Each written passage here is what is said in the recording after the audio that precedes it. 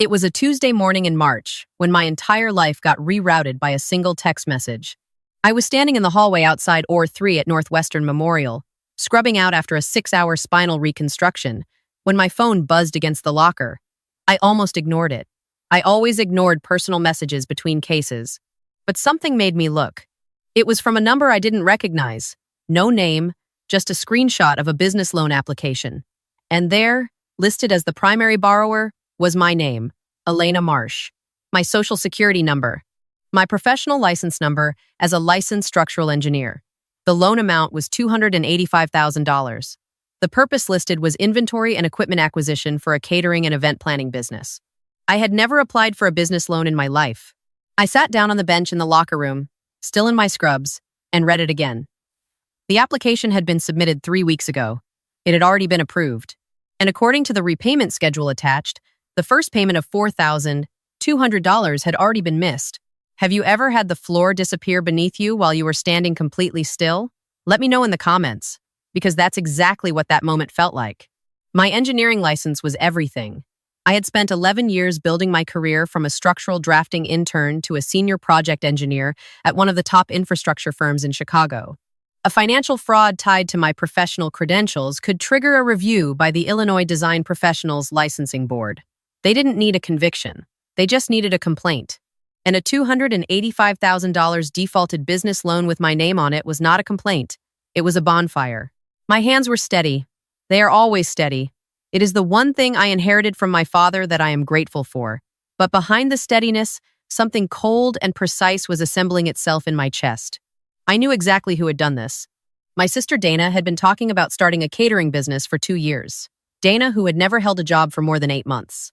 Dana, who had borrowed $6,000 from me to buy commercial kitchen equipment that she sold 6 weeks later because she, quote, pivoted her concept. Dana, who called me every 3 months with a new version of the same emergency. Always financial, always urgent, always somehow my responsibility to solve.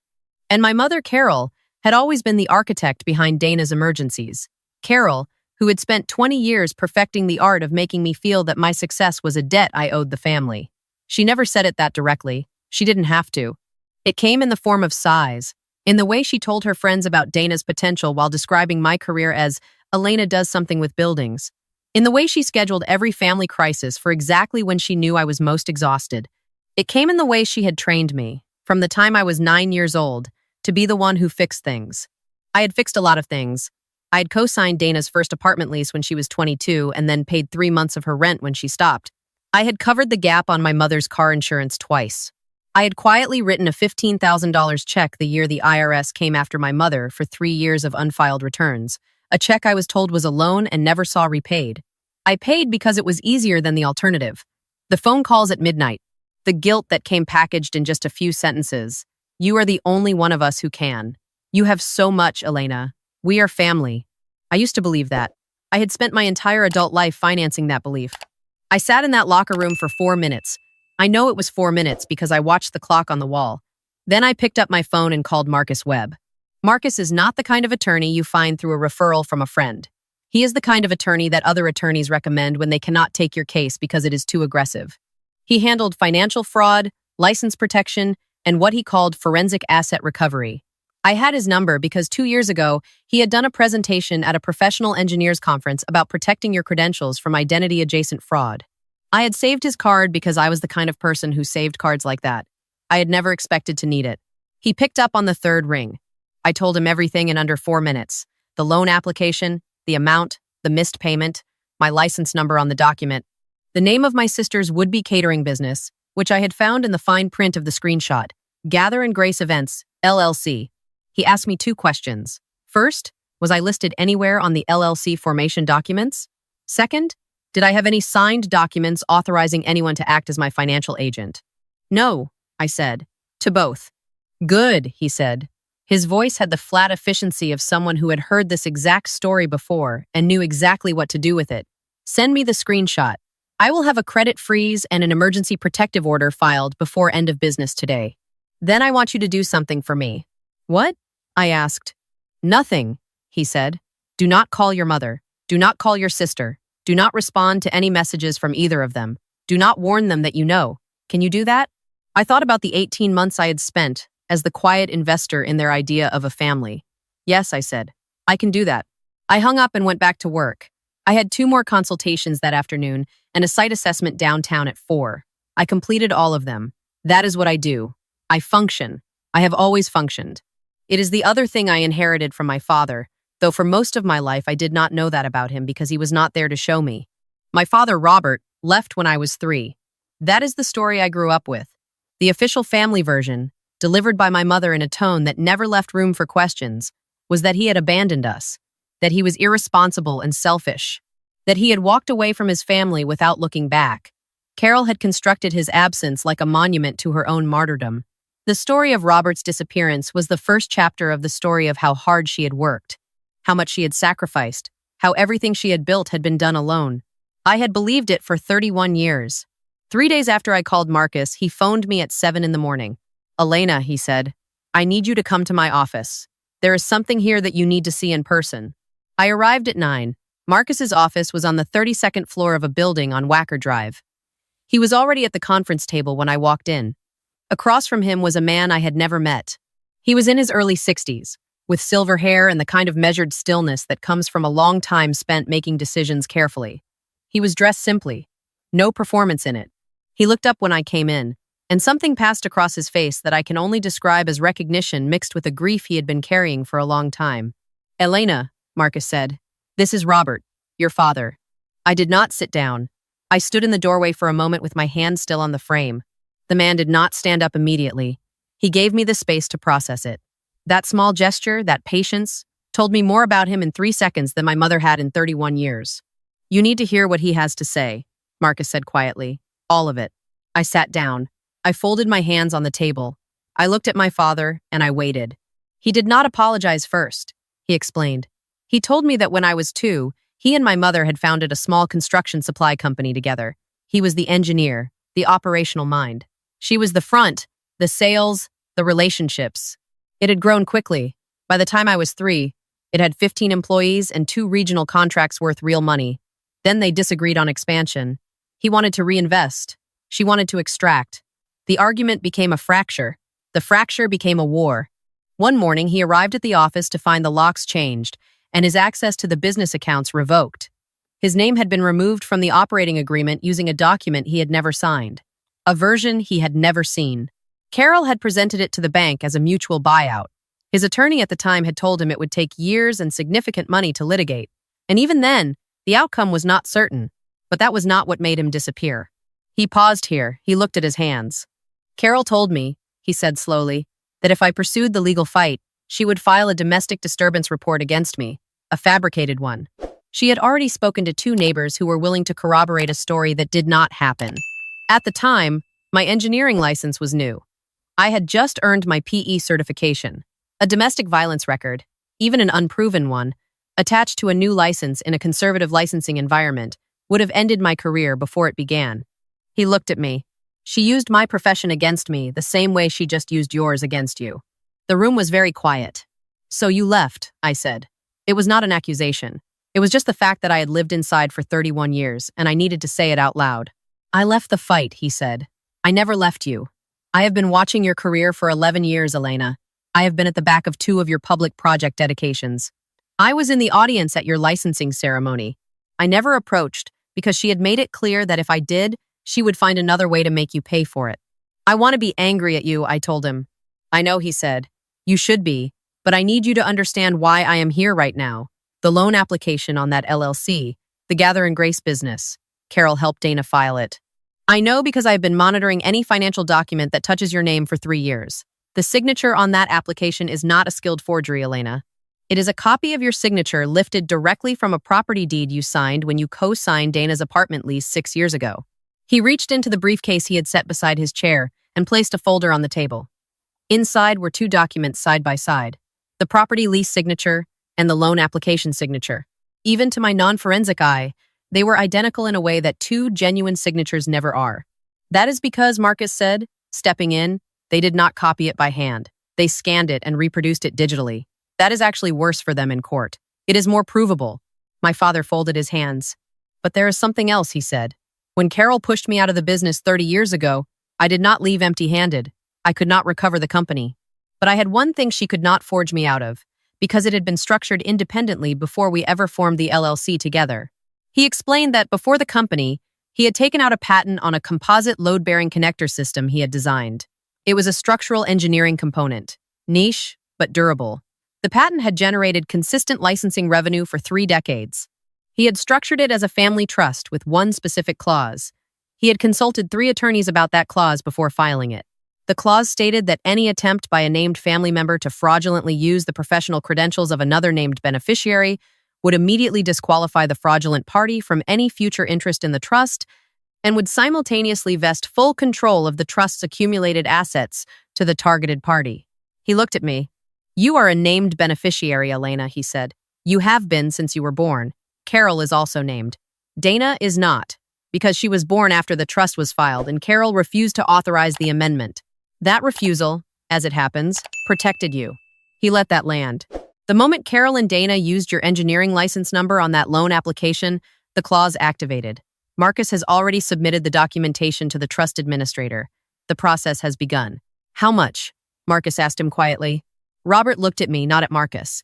32 years of patent licensing revenue, he said, plus the compound interest on the invested portion, just over $1.1 million.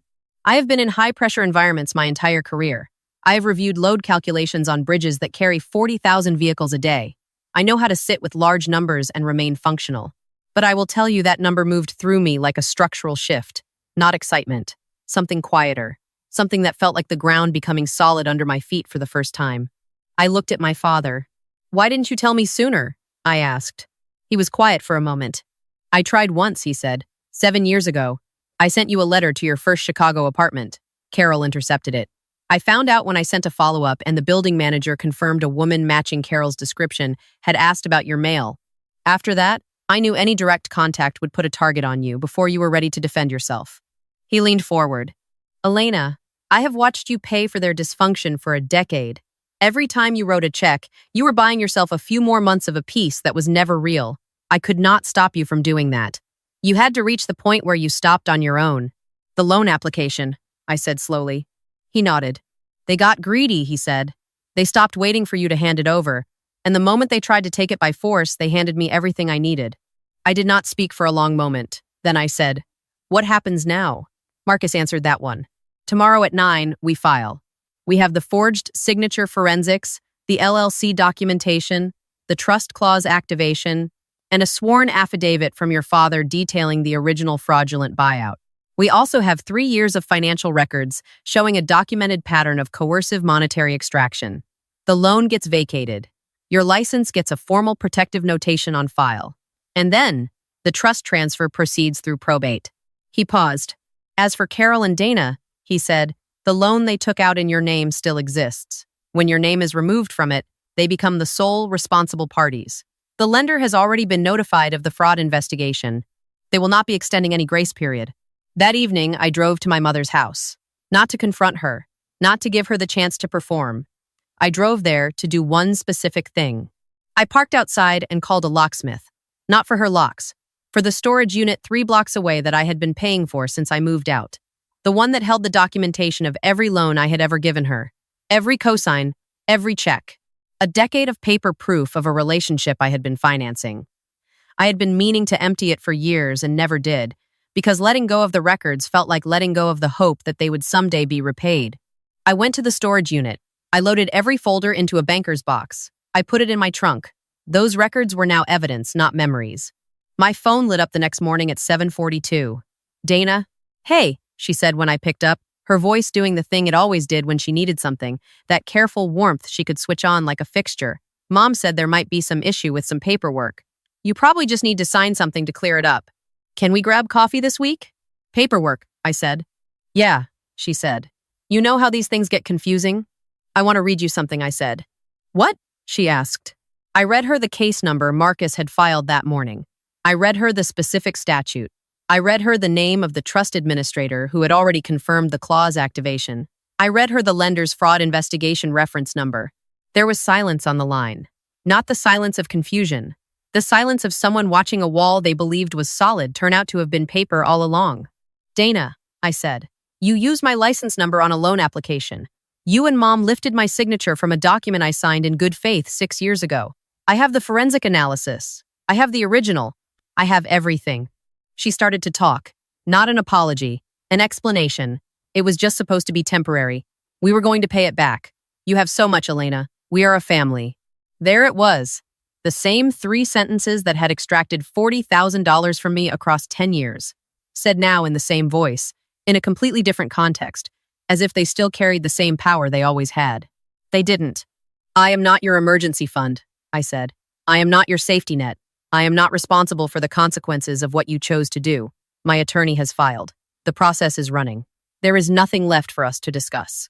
She started crying, not the sharp, surprised kind, the practiced kind, the kind that had always worked before. "Dana," I said, "I am going to say this once. The money is gone.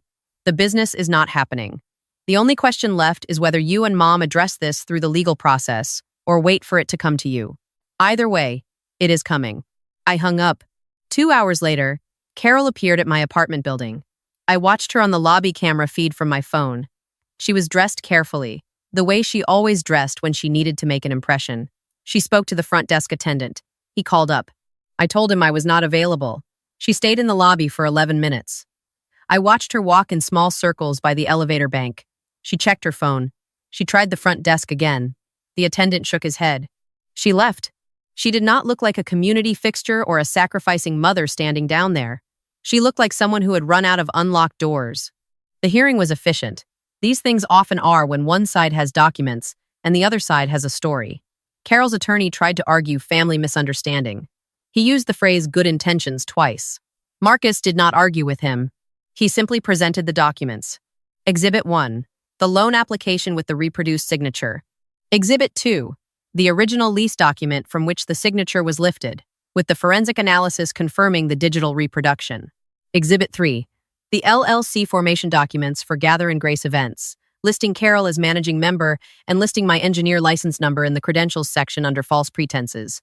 Exhibit 4, a forensic financial summary showing 11 years of documented monetary transfers from my accounts to Carol and Dana, including the co-signed lease, the IRS payment, the equipment loans, and 47 other smaller transactions, totaling just over $38,000 never repaid. Exhibit 5, my father's sworn affidavit, describing the original fraudulent buyout 30 years ago and the trust clause. The trust administrator's confirmation of activation was attached. The judge read everything carefully. He was a deliberate man, the kind who did not perform his authority because he did not need to. When he looked up, he looked first at Carol. He said that in 30 years on the bench, he had seen financial fraud take many forms, but that the deliberate weaponization of a family member's professional license was among the more calculated. He said the word deliberate the way a structural engineer says load-bearing, with precision and weight. He vacated the loan as it pertained to me, effective immediately. He ordered the protective notation on my license file. He confirmed the trust clause activation and directed the transfer to proceed.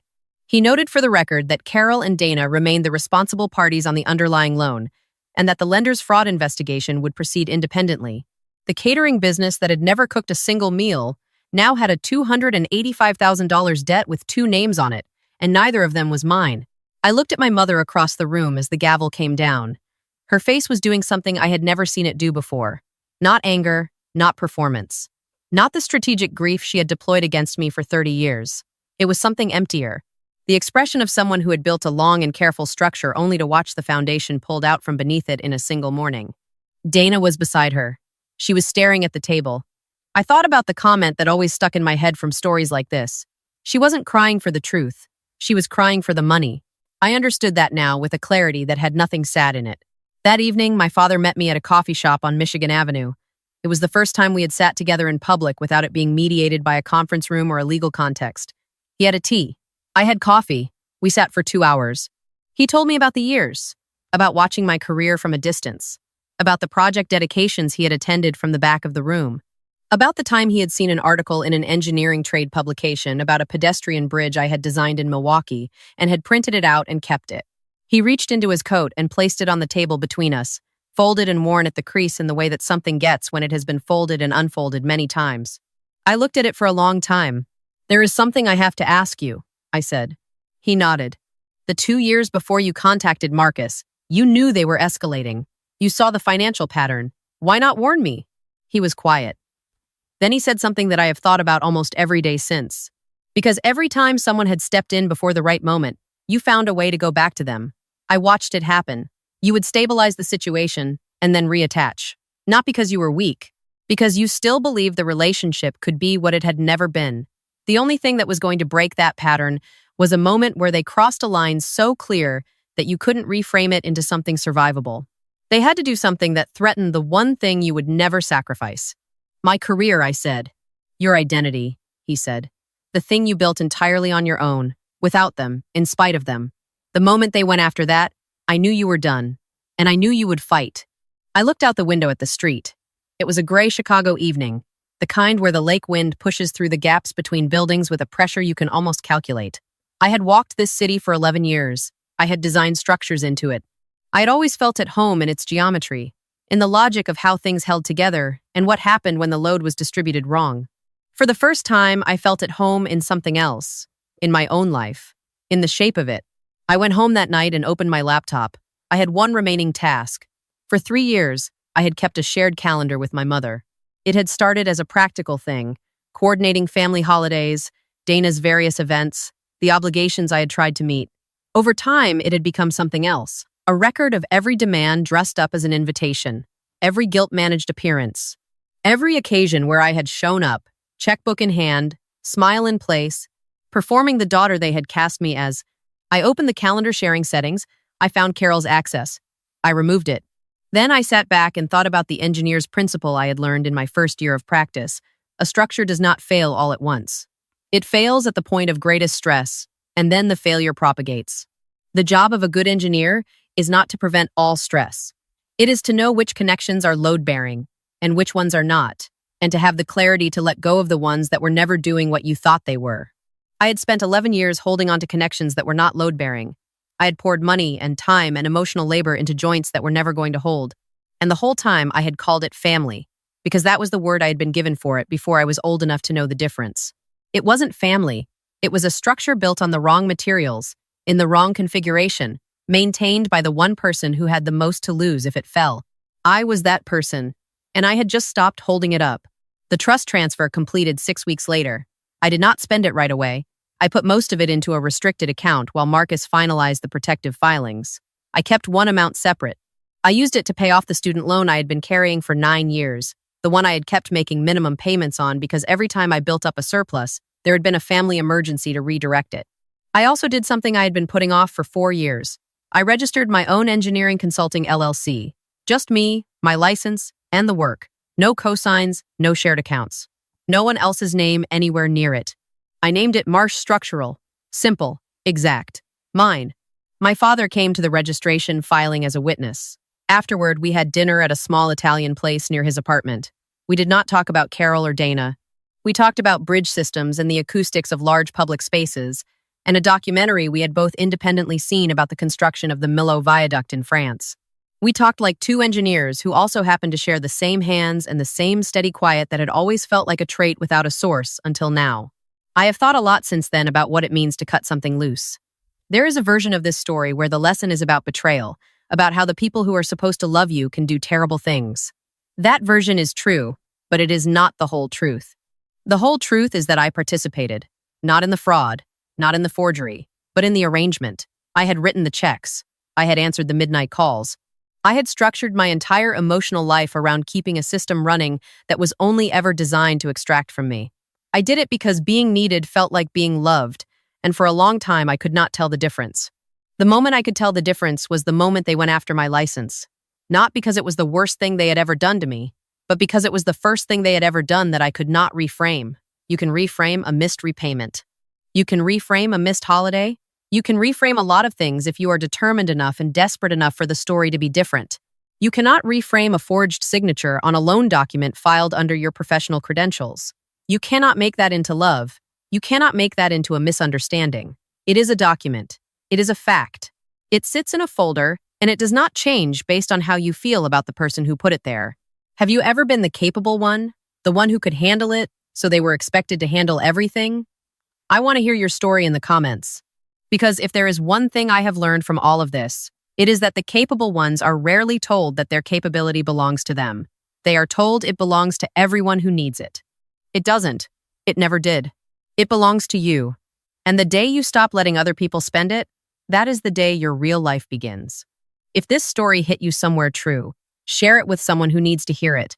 And if you have ever had to let go of something you called family in order to become something you actually are, leave it in the comments below. I will be reading every single one.